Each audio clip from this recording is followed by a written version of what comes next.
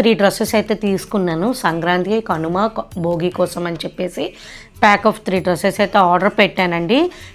Cloth చాలా స్మూత్గా వచ్చింది. నేను చాలా భయపడ్డాను బనియన్ క్లాత్లో కానీ లేకపోతే పల్చగా వస్తాయేమో అని చాలా భయపడ్డాను. బట్ అలాంటి భయపడాల్సిన అవసరమే లేదు. చాలా స్మూత్గా వచ్చిందనమాట క్లాత్ అయితే.